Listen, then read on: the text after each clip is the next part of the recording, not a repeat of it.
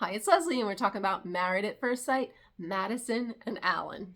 Honestly, they were already not doing well. They were not doing well, so they really did not have a lot of room to go down, but unfortunately this week, I do believe they took yet another step back into the crapper. Yes. Was it possible? Well, they did it, and here's where they're at. We've had a hard time with the physical and the romantic connection, I think. Yeah. And yep, they have a hard time. Yeah. It's not there. It's not there for Madison. It's just not there. Dr. P arrives and is going to try to, again, breathe life into this failing couple. She's hustling this lady this week. She is out and about, moving and grooving, trying to get it done with all these couples. Busy woman.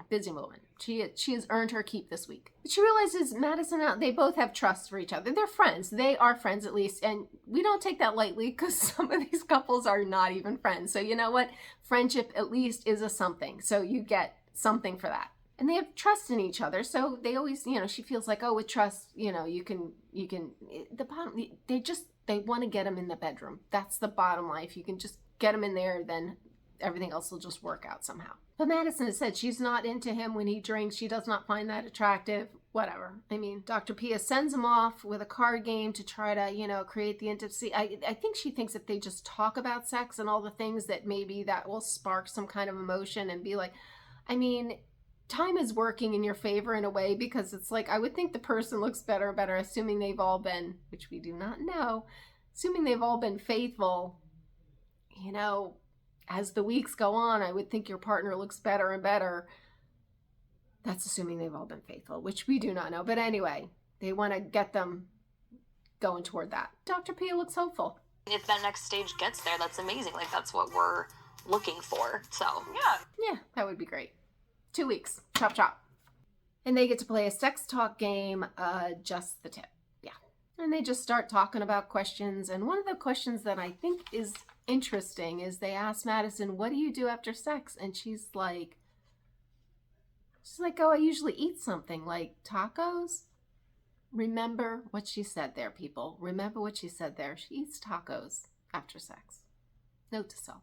But on a positive note, bouncing back and forth with questions, they actually come to the conclusion, on paper, we are compatible. I feel like at least from the answers of the questions we've had and conversations, I feel like sexual compatibility could be there. Oh, well, that's good. It could be there, but realistically, that'll never happen. So whatever. And all that was great and seemed fine enough. Not that they made a lot of headway, but they made some headway, I guess.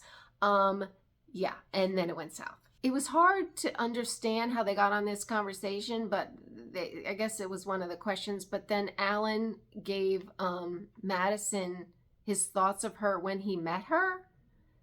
Yeah. When I first met you, I had a lot of different assumptions of who you were and what you might like. And there are people that enjoy passionate sex, that enjoy that emotional connection, which I think that's you.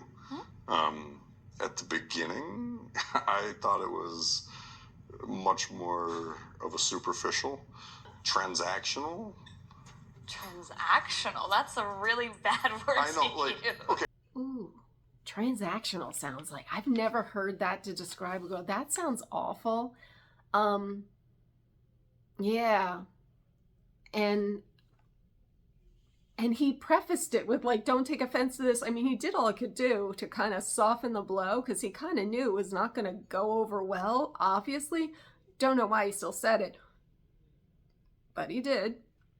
And of course, party girl, that was a trigger. That was a trigger for her. There's a lot of triggers in this show. I don't know. I think the term clubby girl is just not a good association, and it's maybe a trigger for me. Another friggin' trigger. And with that little discussion, Madison was clearly upset and pissed. Supposedly not at Alan, but just at that she was viewed as that, I guess. But you have to wonder, did it hit a nerve?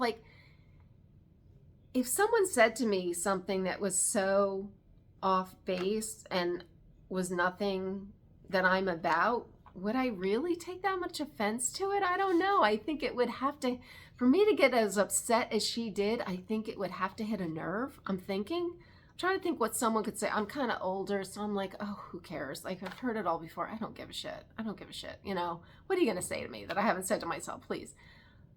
But she did not take kindly to this, and this hit a big time nerve, a trigger, if you will. But of course, you know, Alan, seeing the devastation and the damage that was done by that one little word, attempts to save. I mean, my assumptions were wrong. I knew you for like a day, you know. And I'm not saying you're going out there and like sleeping with people.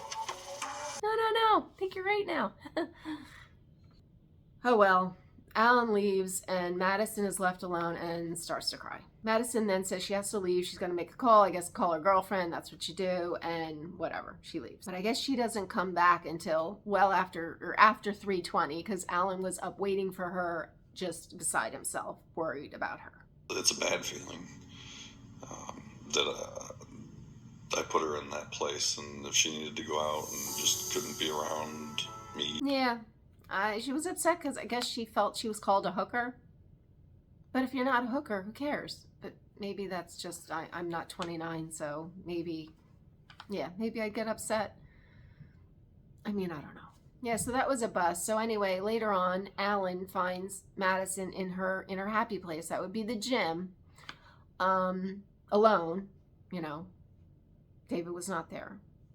And tries to talk to her and make amends. People don't take me seriously. And so, like, that's why my feelings were so hurt. And that's why I was, you know, as hurt as I was. And, like of all the words to choose, just not okay. Like, ever. But Alan did try to apologize. He was saying, you know, you're way more sensitive than I am. She didn't like that because she's sensitive. It just, it didn't go anywhere. Just show a little fucking empathy. A little bit. I absolutely do. How do I not show empathy? I'm gonna take a break.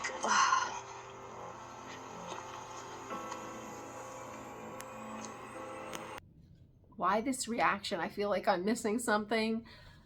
But I think we're going to find out what we're missing very soon, which I'm very excited about. But anyway, they hug and make up, I guess, and live another day.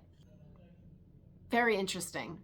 Kind of has the wheels turning about what's going on there. But anyway, I follow this nonsense every week. So if you want to follow along, please subscribe, hit the notification bell, and I will see you next week. Bye.